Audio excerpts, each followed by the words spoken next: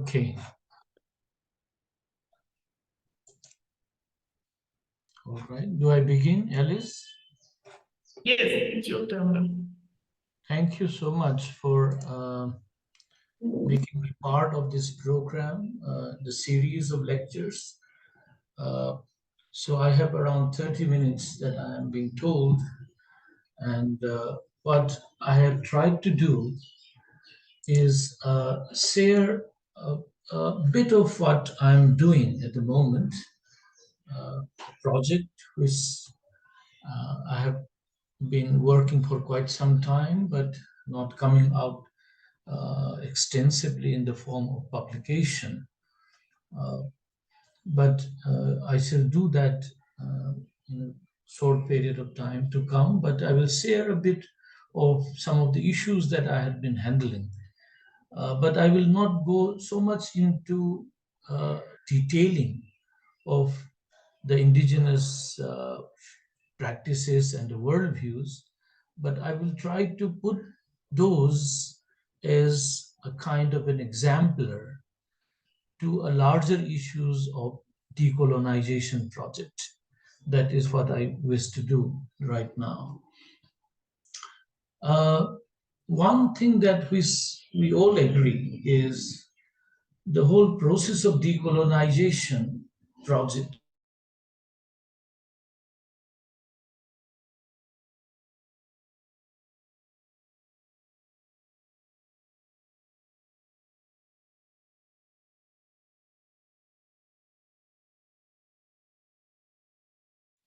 I think his internet is gone.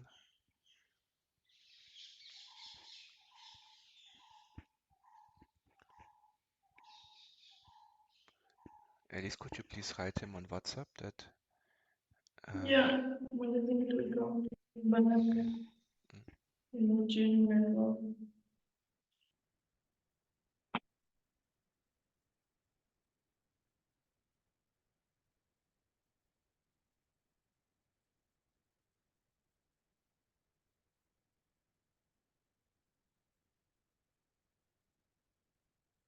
I think it will disconnected, right?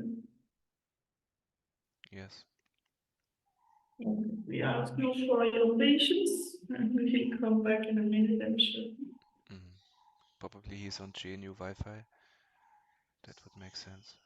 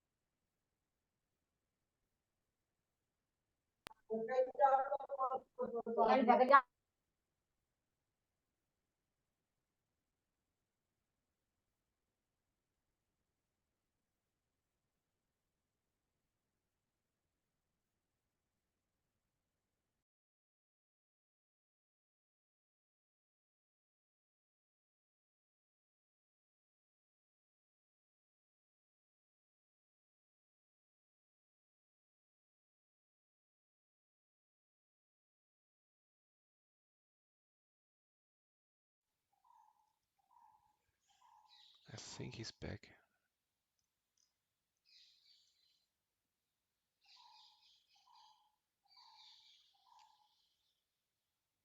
I think I got lost.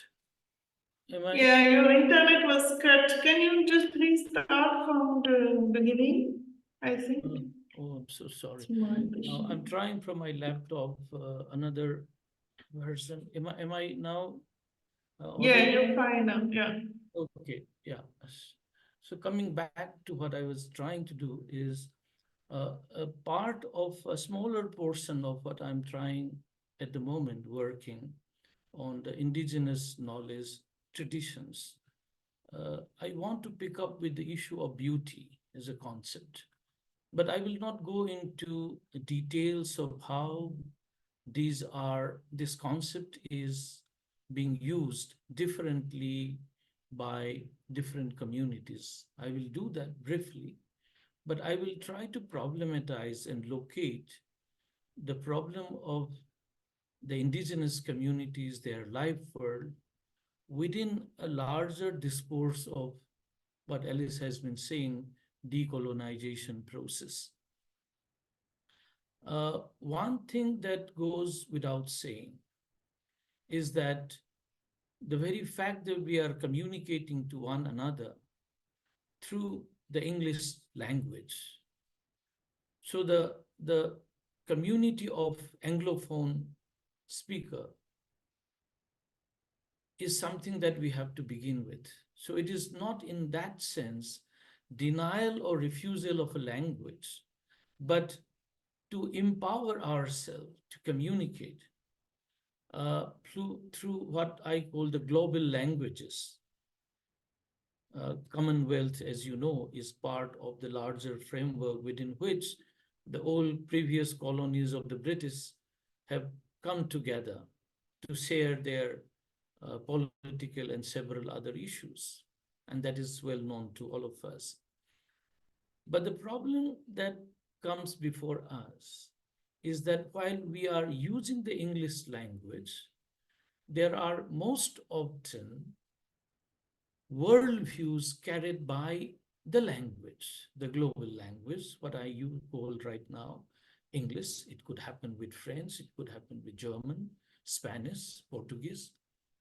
But at this point, what I'm submitting is the English word becoming a lingua franca of our intellectual exercise is not only used as a medium of communication, but English also carries, the language also carries several worldviews and the epistemic packages.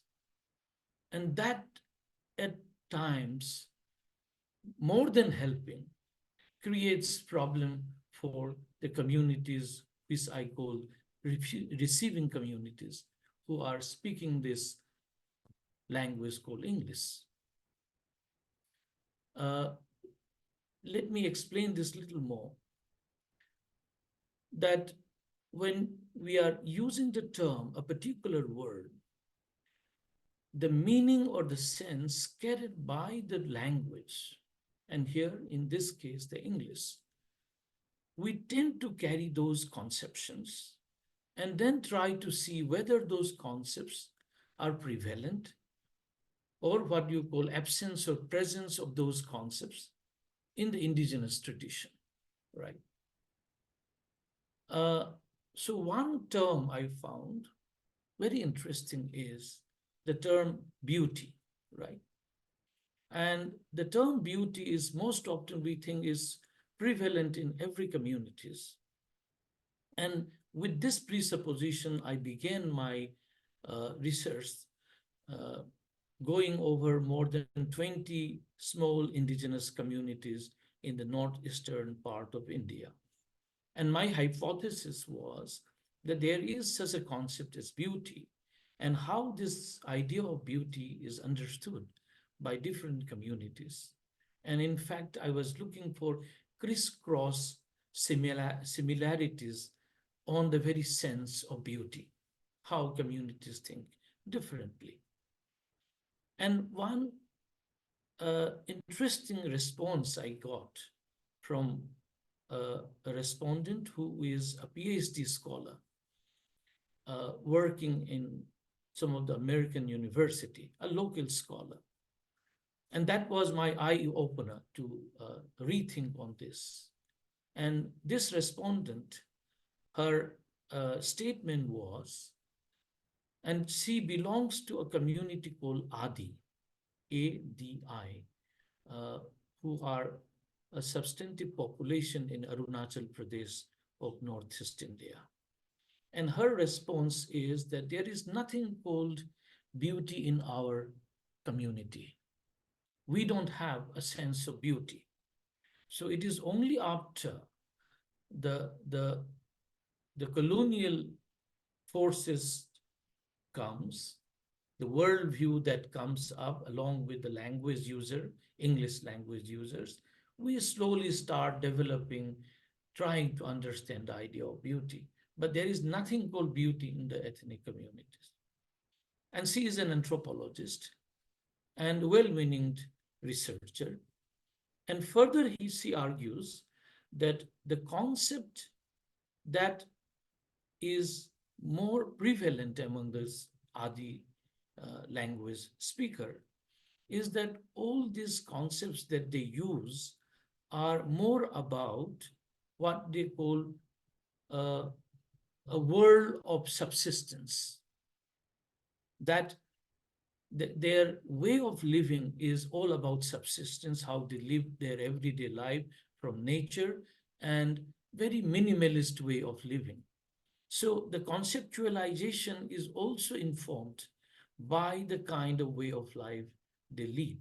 So there is no sense of beauty among the Adis. This was a response that I got. And this response itself challenged the very presuppositions with which I was engaging my research. Now, this throws me open to a debate which I found myself in the discourse of ethics. If you remember, a very popular undergraduate textbook written by Alistair McIntyre on the history of Western ethics, wherein McIntyre writes that the English term happiness, which represents the Greek word eudaimon, from which we talk about eudaimonia, right, uh, is not the right kind of translation. Now, I'm taking this little in a broader plane. I'll come back to the issue of beauty, but this I thought is a good example to show how the problem of translation and understanding communities and limitations of uses of language. That is what I want to submit beforehand. For McIntyre, it was the Christian worldviews who discovered Aristotle in the medieval period as the philosopher. Prior to that, they did not see any other philosophers prior to Aristotle as a philosopher. And they had a reason to take Aristotle seriously, because the arguments of what you call causa sui, teleological narrative discourses are very handy to support what you call the Christian worldview of God and his creation. And when they go along with Aristotle's philosophy, when they go with Nicomachean ethics, the idea of eudaimon, which is better translated with a term called perfection, with whatever the individuals in that community does, a certain sense of happiness, a joy, or what you call complacence, when you come closer to an idea of perfection. So when a musician plays a harp, and when he can produce finest possible musical sound with the instrument he or she is using, or when an archer is shooting his arrow and hits in the bull's eye with utmost perfection, the joy that you gather, the kind of satisfaction you get with the performance of an action which is closer to what you call perfection, gives you a sense of eudaimon. And this has been translated as happiness. Now, the moment you use the word happiness, it carries certain sense of joy, which has a different narratives altogether. Sometimes the idea of happiness has to do transcending what you call pleasure, sensuous joy, and something more about a spiritual dimension to it. So the idea of happiness, when you are talking about uh, from the Christian point of view, or with the English word, it somehow does not capture in its fullness what you call eudaimon in Greek worldview. Now, I was reminded of this concept of problem of translation and of the use of a language in a particular way.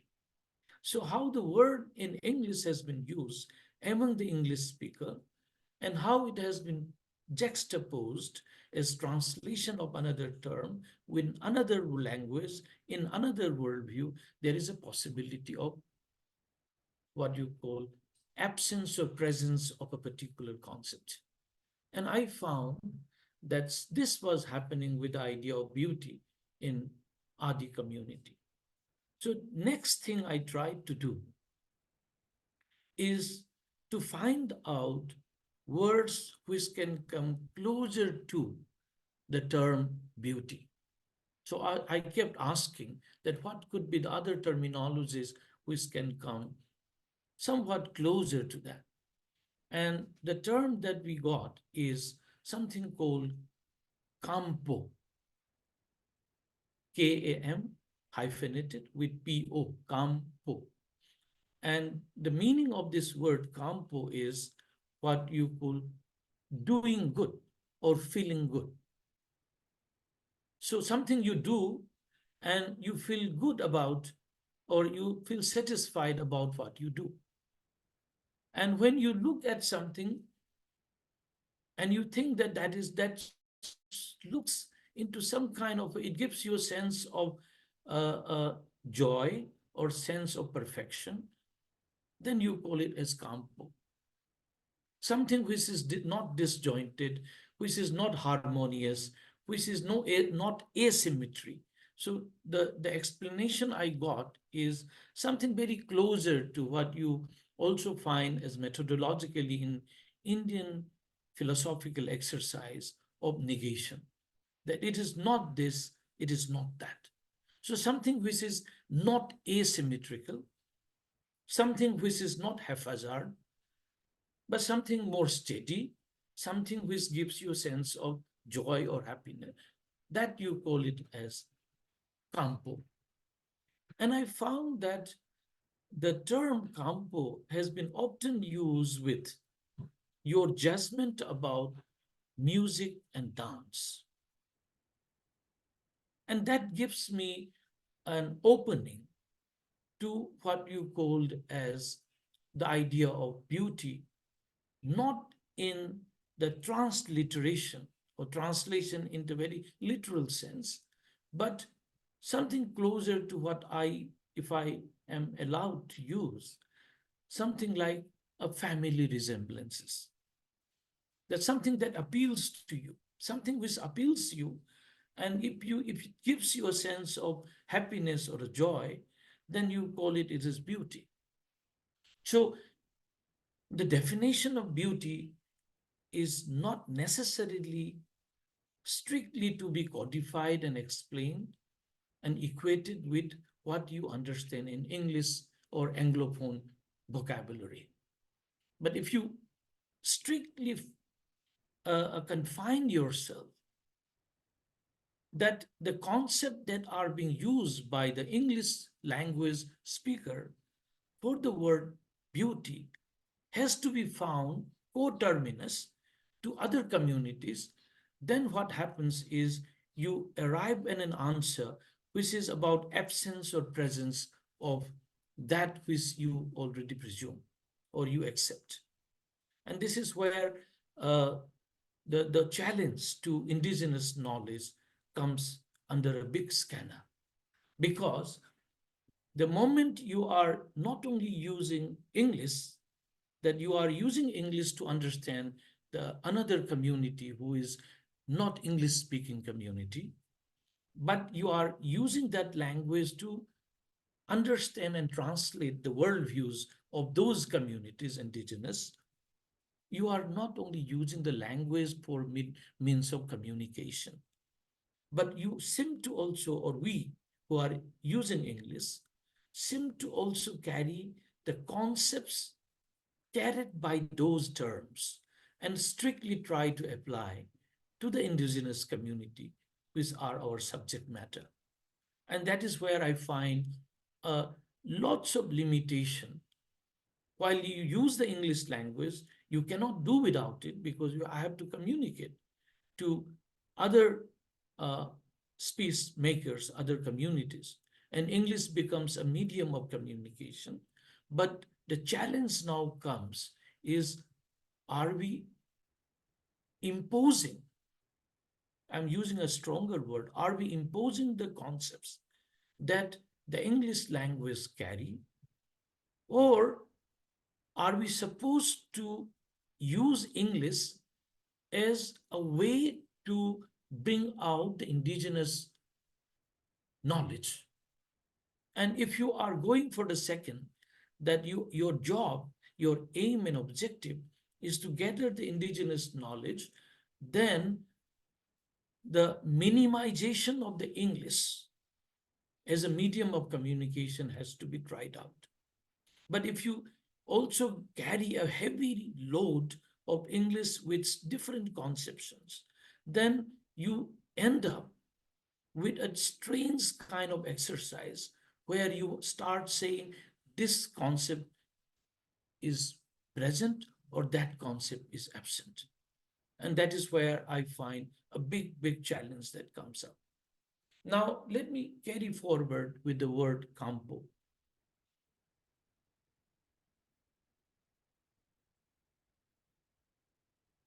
Now, the question of campo, which is looking good or feeling good, is something that is an internal experience closely linked with the physical.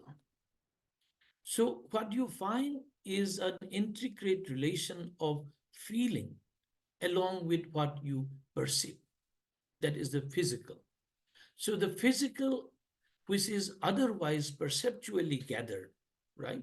So, you see a particular action done by a person or a particular activity of, say, a collective dance or collective singing done by a community which is perceptually experienced. But at the same time, the sense of feeling of what I was saying, that which is non-asymmetrical, non-disjointed.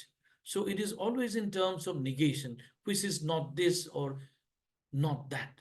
So which is not undesirable, right? So it is in terms of something which is not desirable. Then you say that it is campo. It is about feeling good. It is about looking good. So this feeling, I find, has a strong internal experiential dimension to otherwise a perceptually driven exercise of looking at something which is external. And I found very interestingly, when I moved to another community called the Meiteis of Manipur, and I was able to engage with an interview with a very famous uh, Sangeet Natak Academy awardee, Sabitri Devi. Uh, I found very interesting response from the discourse, the discussion. She herself is an actress, a theater personality. And her response is, the idea of beauty has to be looked both with the inner and the outer. And that there is a vocabulary what in the indigenous community, it is often said, nung, and I'm using the prefix. It can be extended, but the basic phonetics of these two terms is nung and pan.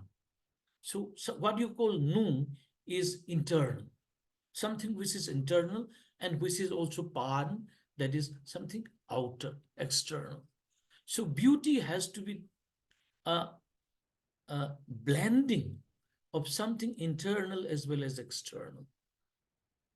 And unless you blend the internal with the external, you will never have a sense of beauty.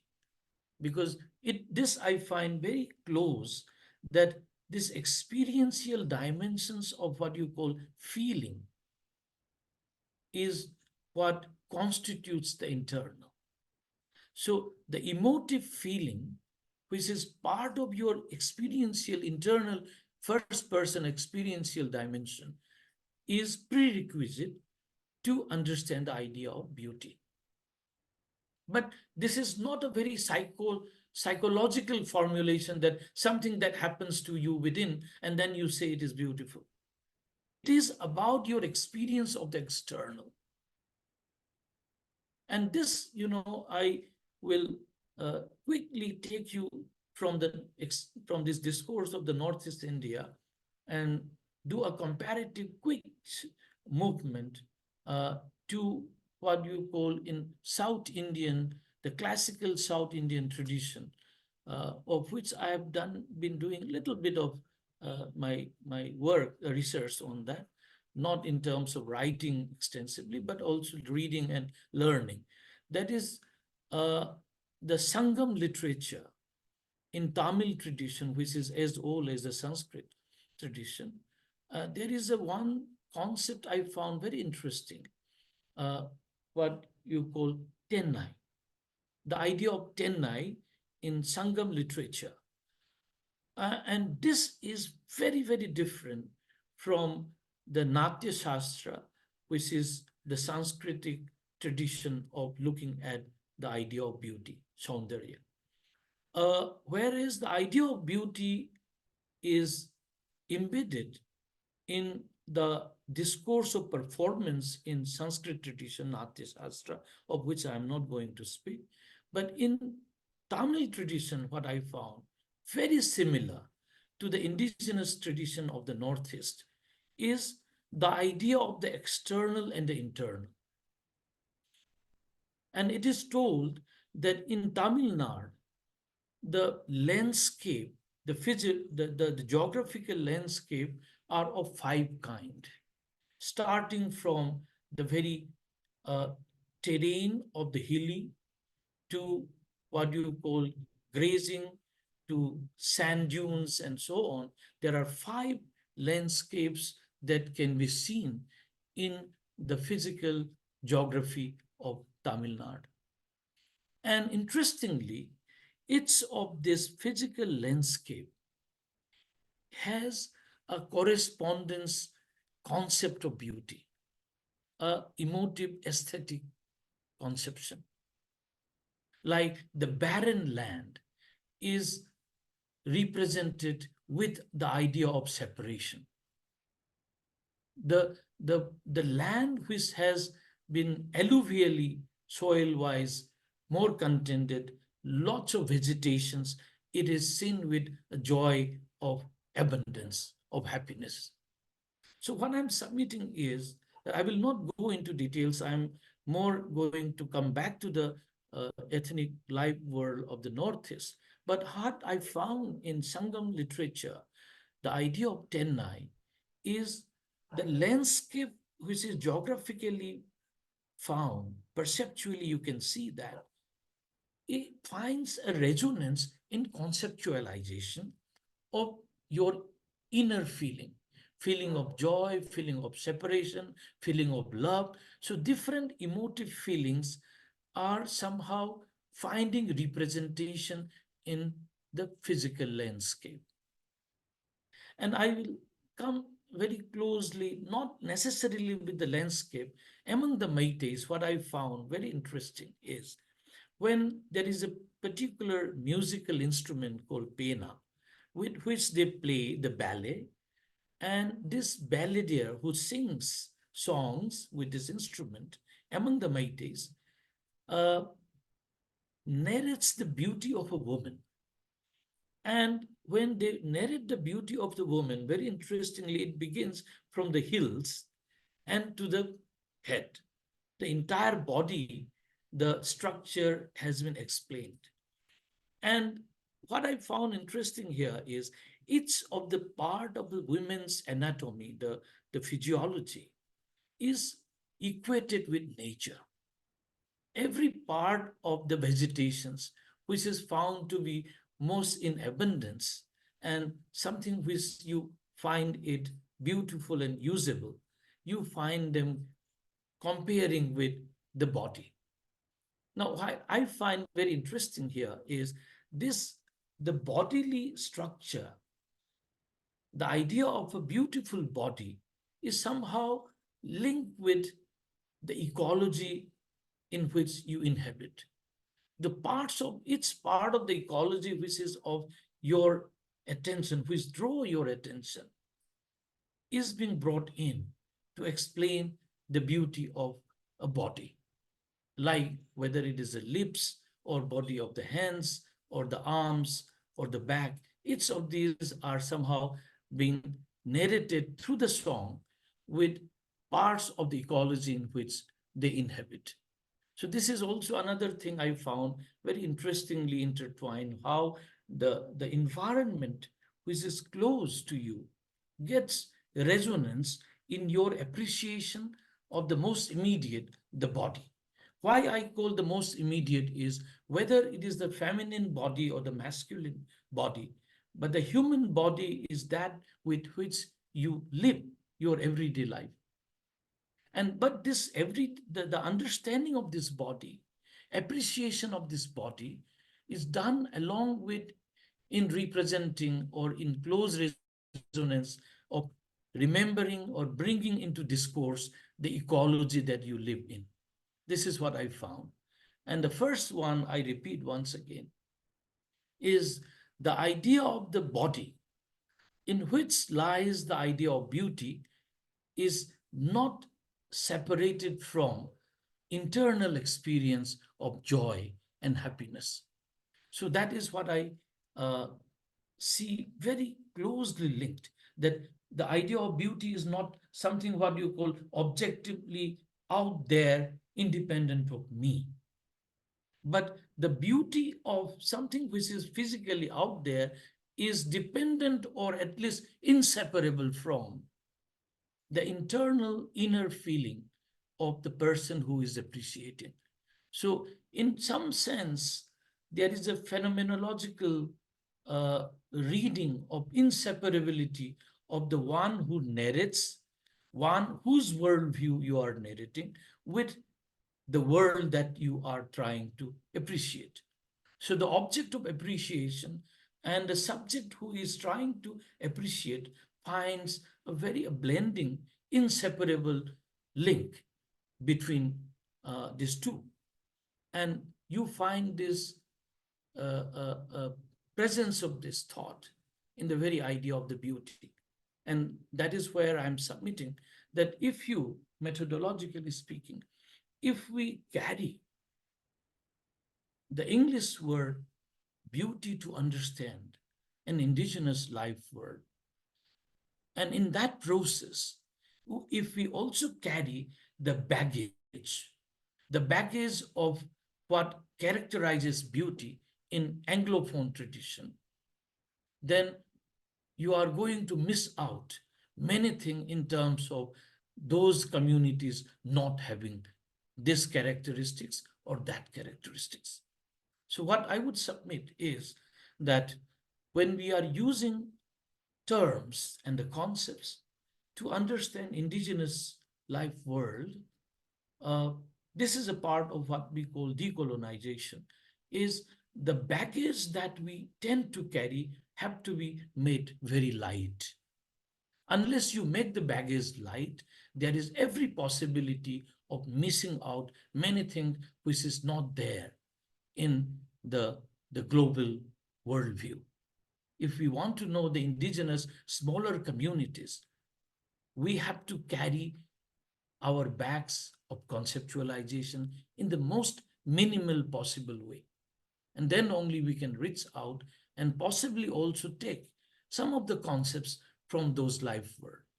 And this is the idea of Nung and Pan is something I found very, very interesting. And the second, inseparability of the beauty from the emotive experience from within. This is yet another I found uh, uh, closely present in this worldview about what you call, with a family resemblance, the idea of beauty. Beauty, again, I borrow from Wittgenstein and say that we look at how the term can be used uh, to communicate certain sense among the communities and not necessarily go with uh, definitions that that word will carry.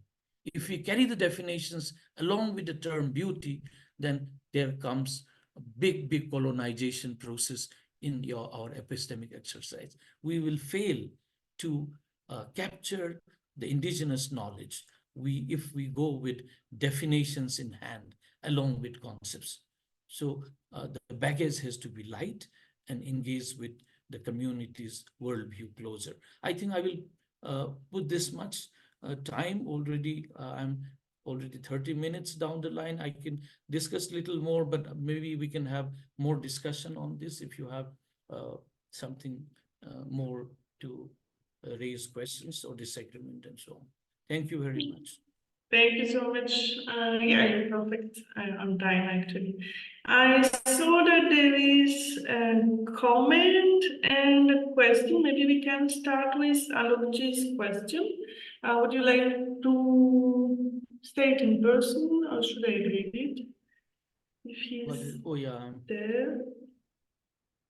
I think he's still there.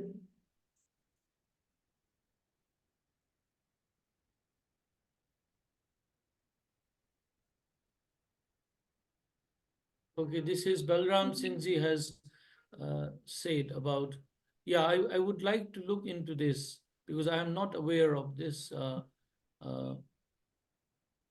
Will have journey from outer, even asymmetric, to inner or the symmetric. Okay, this I do not know really, but I would like to think on that. Maybe contact you later on. Maybe he can explain in a few words. I think he's unmuting himself and putting. Yeah, I was just saying nice, very nice presentation. What I was saying it in scientific terms, they have defined beauty as symmetry. If anything is symmetrical, that is beautiful. That's just a definition. So when we see asymmetry, for example, even in English, we have no idea what the English people do. We just adopt it and the word and then try to impose. So we don't know. But if we expand ourselves to understand their time and space, like what they consider that to be, and that's like you just explained. The indigenous people also know that beauty is, they have their own word. They don't need to necessarily use the beauty. So, but once you understand that, then you develop a symmetry.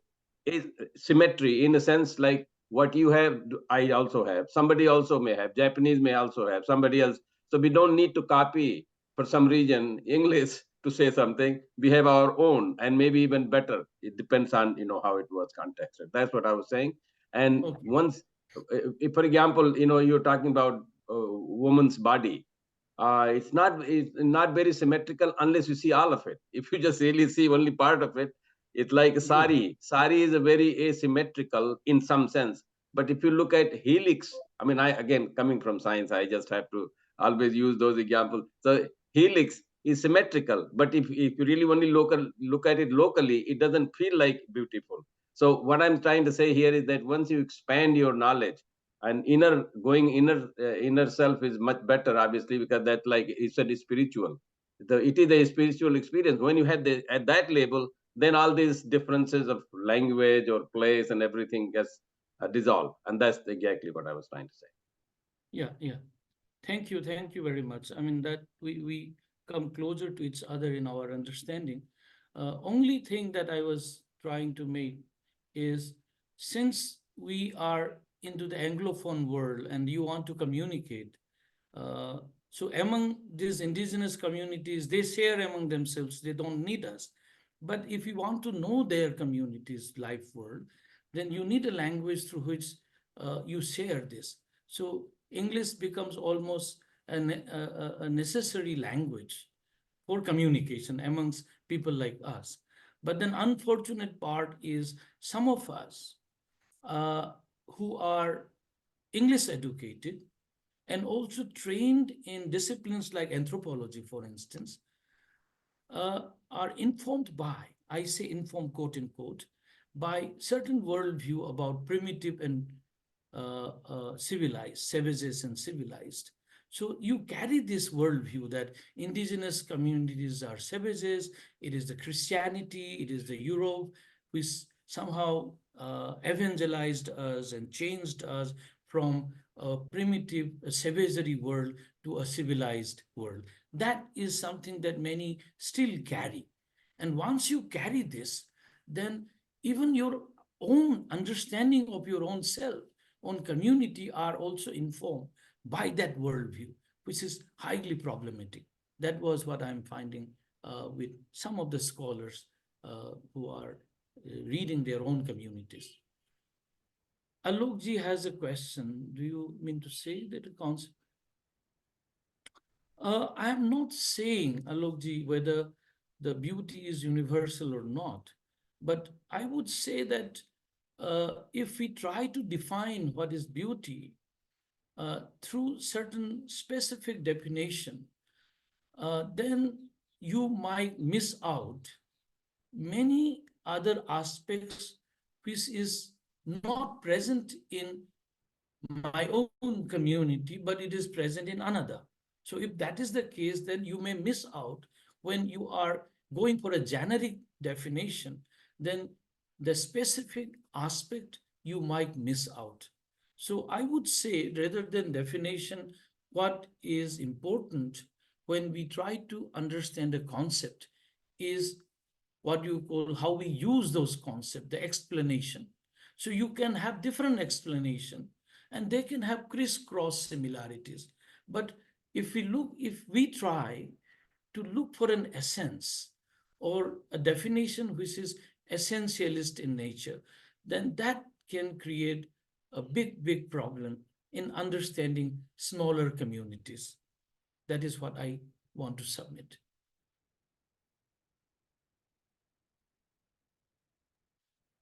Thank you. I think there is one more actually coming just now. There is in the Q&A chat, is another chat, another question. Should I read it? Yeah, there Yeah, is you another can. question. Yeah, Um, let me just read. I was just wondering if the whole concept categorizing beauty comes from the Anglophone tradition, because in Meitei society too, there are standards of beauty and ugly refer to Lizen of Khamba and Toibi, Nongban sister. Curly hair is often referred to the epitome of ugly. Yes, and secondly, what I feel is that you see mixing the appreciation of one's existence and emotions, as you mentioned about Nung and Pan or Sangam tradition for that matter. Uh, okay, yes. Uh, See, even when we talk of a tradition, what I find is the idea of beauty and ugly, if that is the counterpart, the opposition of beauty, are not fixed. Uh, the idea of beauty many a times among the Meitei community, as if you have given the example of that, is sometimes seen as rounded face. I'm just giving one simple example that one with a skinny body or a skinny face is never seen as beautiful. Say it is the same with the Khasi communities as well. Though bony, skinny face is never considered in the traditional sense. But then you see today the idea of beauty that all these Miss peasants, you do that, are all based on how skinny you can be. So that physical aspect of beauty, you keep seeing shifting in the history of ideas of beauty in different traditions. But what I was told when I go into closer with those folk musicians, narrativist, artists, uh, in indigenous tradition, beauty is not merely seen physically. The physiological aspect is only one.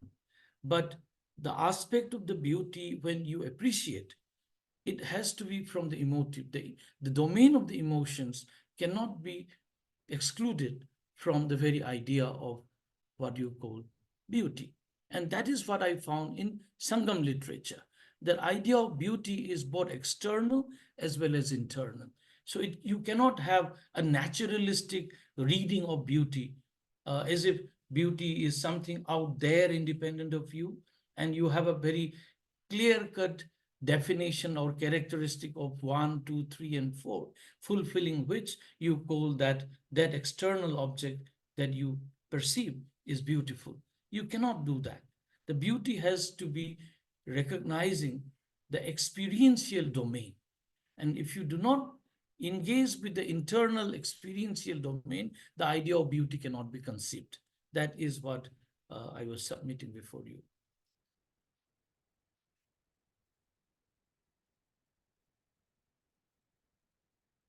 Well, There is I've seen another, this. sorry, please finish. This is Zeru's, yeah. See, there is a very famous statement, beauty lies in the eyes of the beholder, right? That is in terms of appreciation of the particularities. So this is one way of saying that beauty can never be universalized, right? So you cannot have a universal conception of beauty. That should be the spirit in which you should understand the idea of beauty lies in the eyes of the beholder.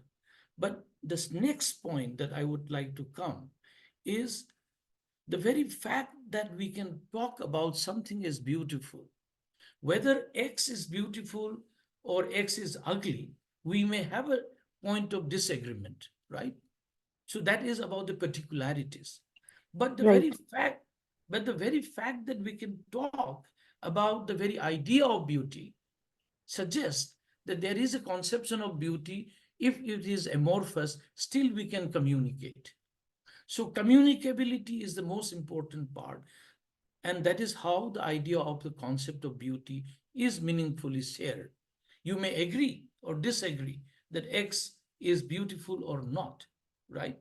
But the very idea of what is beautiful is something that I was trying to locate. And what is beautiful is not to be left to the physiological discussion dimension alone. The idea of beauty cannot be left to the external representations, but there is a deep amount of emotive experience. That is why the very idea that beauty lies in the eyes of the beholder. This statement shows that there is what you call internal dimension to the very understanding of what is called beautiful. That is my point. There is one more. Why is beauty often associated with women or women's body? This is a difficult question for me, but largely this has been the case. But it is not that beauty is not talked with the masculinity as well. For instance, I found among the Naga community, the warrior, the dance of the warrior with the spear is also explained with beauty. And the idea of valor is also linked with the usages of what you call war. An instrument of war, which is an instrument of creating violence, is also considered as beautiful. So you can see that it is not only symmetry alone, with the valor, the movement of the body in a particular way, even by the man, is also considered as beauty. And this even beauty is not only about loving someone, but the beauty of your motherland is also often talked among the Nagas, that your love of your land is also seen as my land is beautiful. Arajivi, they call it, my land is beautiful. The village that in which you live, the environment in which you live inseparably is beautiful. Arajivi. And it is not merely the body which is represented biologically, but the entire environment in which you are, you own that. And then you call that my land is beautiful. So the very statement of beautiful has to do with a very close consonance, association of internal feeling about something which is external. That is my submission.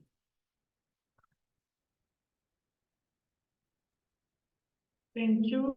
Maybe I ask one question. Meanwhile, if anybody else has questions, we could take one, two more, either by raising your hand or writing in the chat.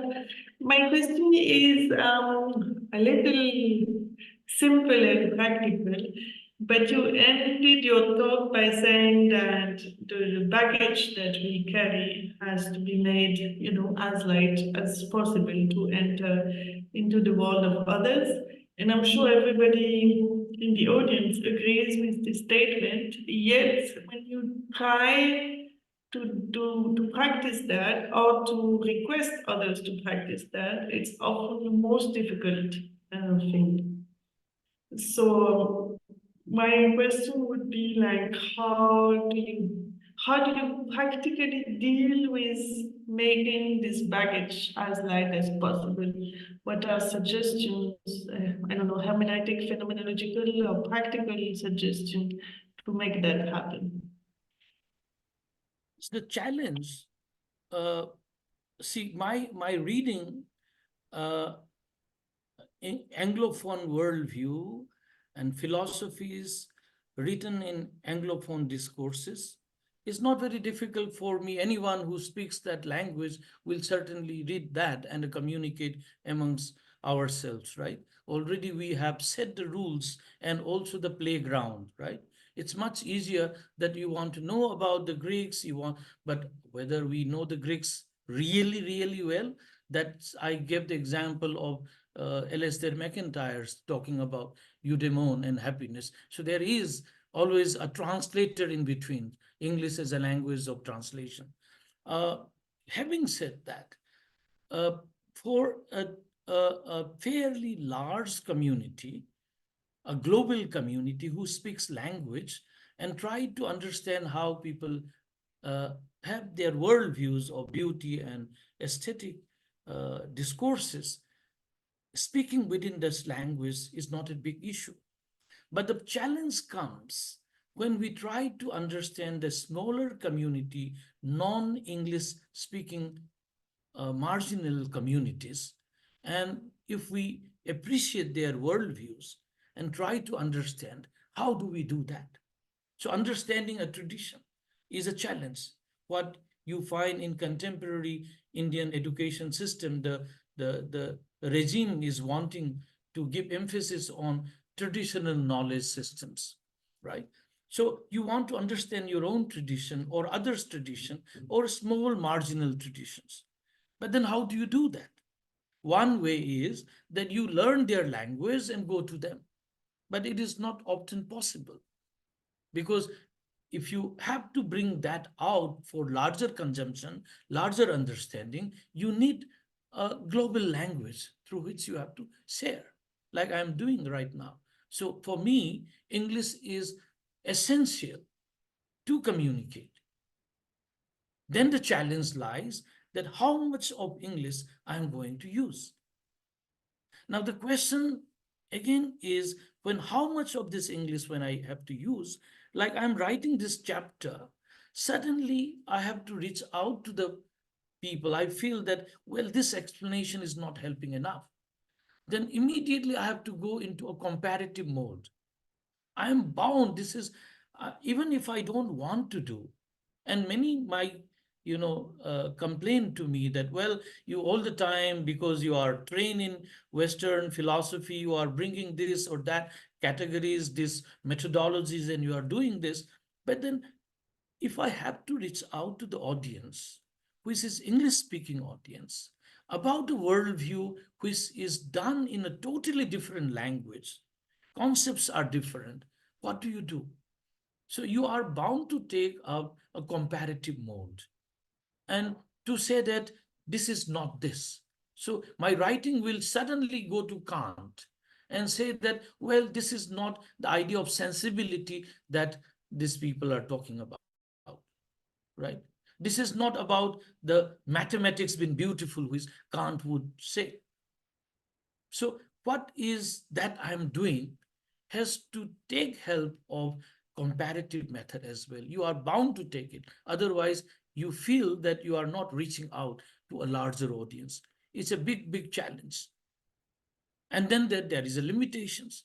And this is many of the Indian philosophers also do that when you are writing in English, Indian philosophy, then they go into a larger Western philosophical discourse within which you want to bring the Indian categories and concepts and then try to put it, juxtapose to show the significance of the uniqueness of those Indian philosophical concepts.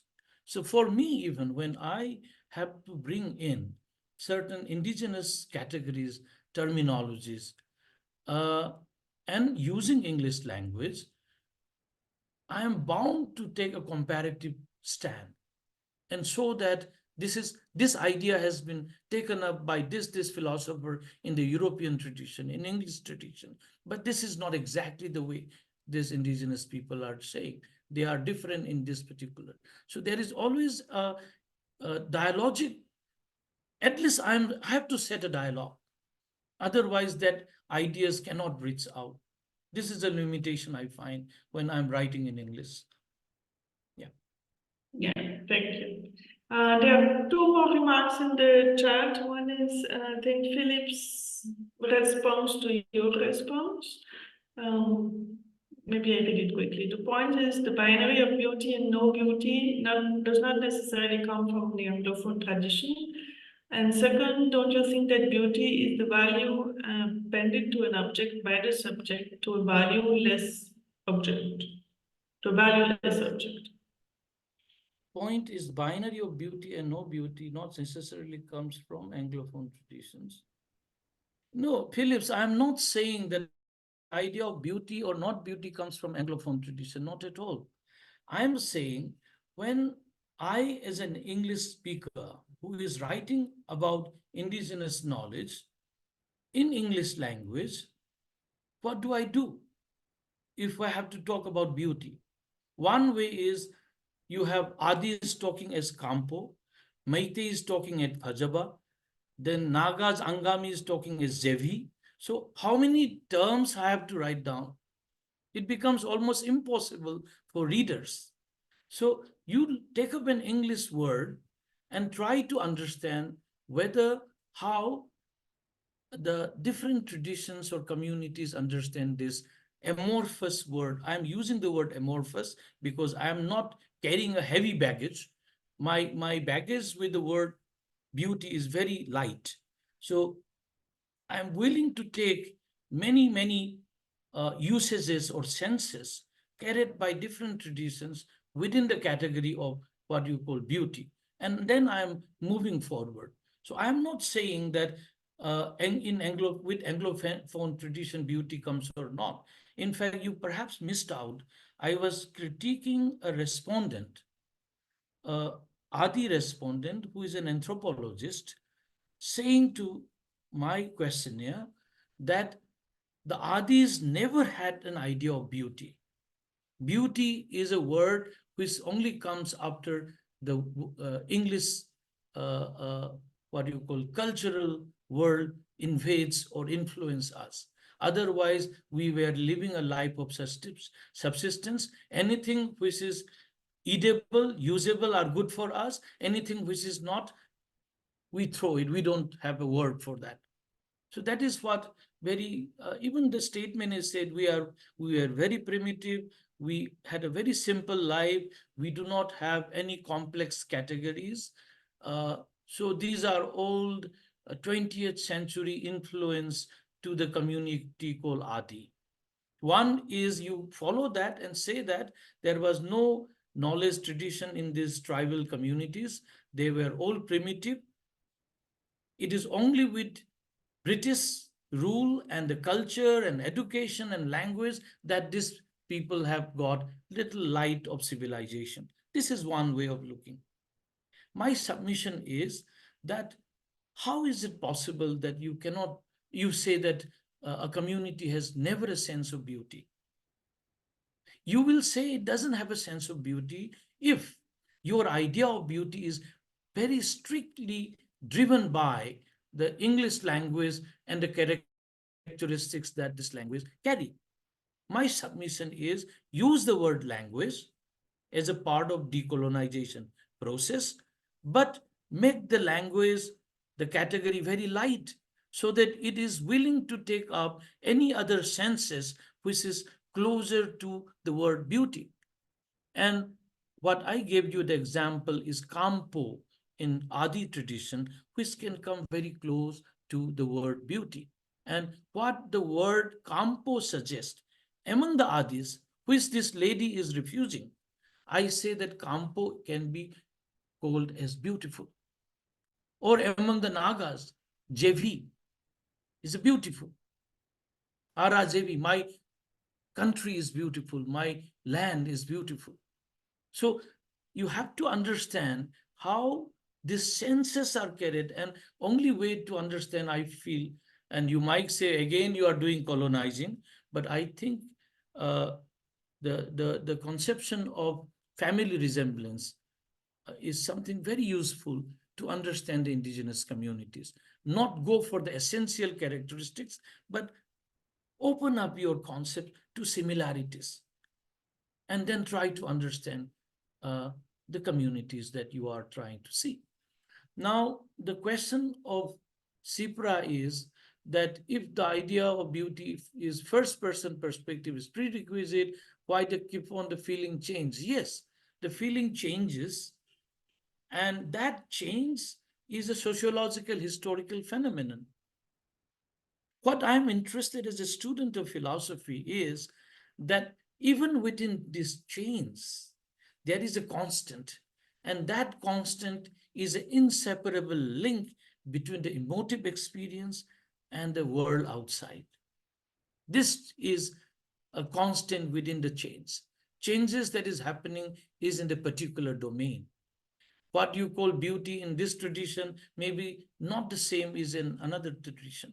But what I'm trying to look out is that this idea of beauty is internally driven dimension of an external world.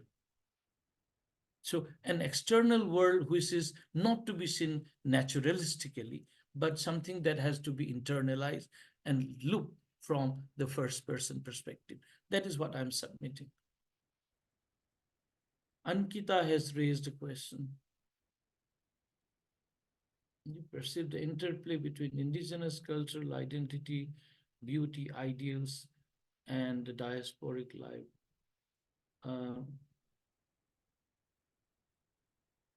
Within the diverse and fluid cultural context.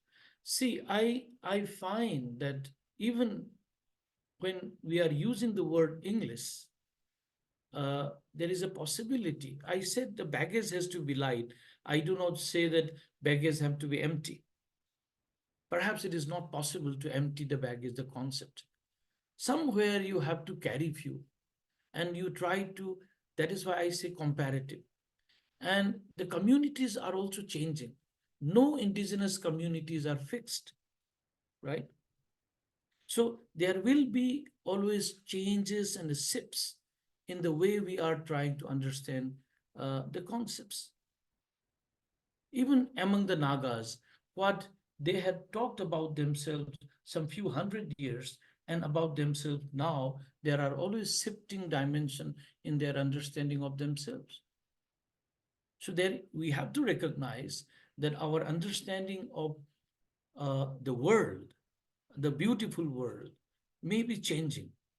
But what I'm interested is what is that constitutes what is beautiful? When we say something as beautiful, what constitutes that? That is my question or my research question. Not about whether X is beautiful for a community or not. That will be more of a sociological, historical reading. Yeah, that is what I would submit. Thank you. Thank you very much. Thank you very much for everybody for all your questions and all the engagement. And thank you very much to you, Professor Bhagat Oinam, for being there with us tonight. Thank you very much for a very engaging and rich presentation that makes us think further about the idea of beauty, but in particular the translation of concepts and how we can shift from one Anglophone dominant tradition to less dominant community traditions and indigenous knowledge. Thank you, everybody. We'll be there again in a few weeks, and you'll get the information as usual. Thank you for being there, and I will close now and Zoom slowly. Thank you very much, everybody. Thank you. Thank you very much. Thank you. Thank you, Professor Oinam. Thank you, sir. Yeah. I had a question. Elizabeth said left. Yeah, So, it's all right. Yeah. Did you also have a question, Michael? No. sorry, I should have asked you. I No. supposed to, because everybody was typing, I suppose that they would be typing questions. Mhm. All right then. Have a nice evening, everyone, or night or morning, depending on your time zone. And see you in a few weeks for the next lecture. Yeah. Thank you, Desang.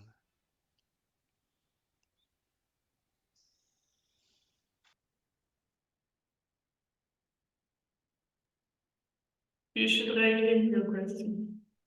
Yeah. Maybe I can like email him. Yeah, I'll be happy. Tell him that I forgot to ask if there was remaining question. Mhm. I thought he'll be there. Actually, Varun told me that he might join back. I don't know. He just texted that he can, if we are talking, he can join back. But I'll just tell him that. You Yeah. can join the, I know you mean, okay. Yeah. If Sir was there, Sir was the Okay. host. Yeah. All right then. I Yeah, think. I'm just waiting because the song is had to leave, so I closed the. I'm just checking that everybody has closed to close the meeting. Mm-hmm.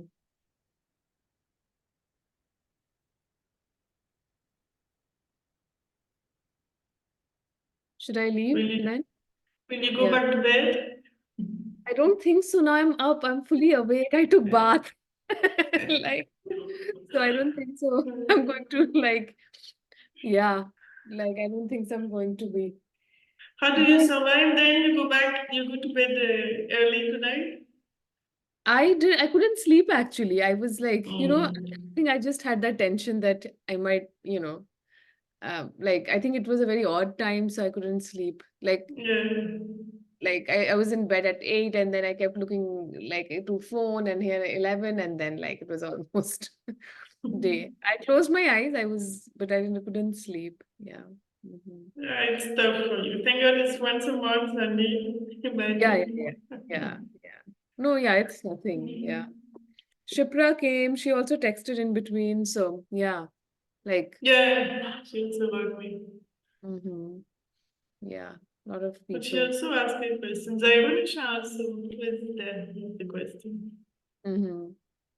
Yeah, it was a good talk. He had good points, I think. I think Yeah, every yeah. I also yeah, liked it. yeah, It's very good at framing, the concepts in a larger question, like to yeah, frame his research in a way that is understandable for people outside the circle and to make it interesting by framing it, with yeah. questions and Uh-huh. problematics. So that's nice. Yeah. I think he can talk to a lot of different audience. Like it was not very specific, sometimes it becomes Yeah, people can't follow. yeah, So he that's nice. did that. Yeah, that's something I felt. Especially like beauty, the topic is such that even everybody's asking questions. I remember like that, I think from last time, that was the difference I saw. Because it's such a Yeah, topic that everybody is like, oh, okay, we yeah, can I ask. can connect. Yeah. Hmm. Okay, listen, I think I'll close. I'm not Yeah. sure the people are there, so it looks okay. All right. Yeah. All right, we'll write. See you See you. soon.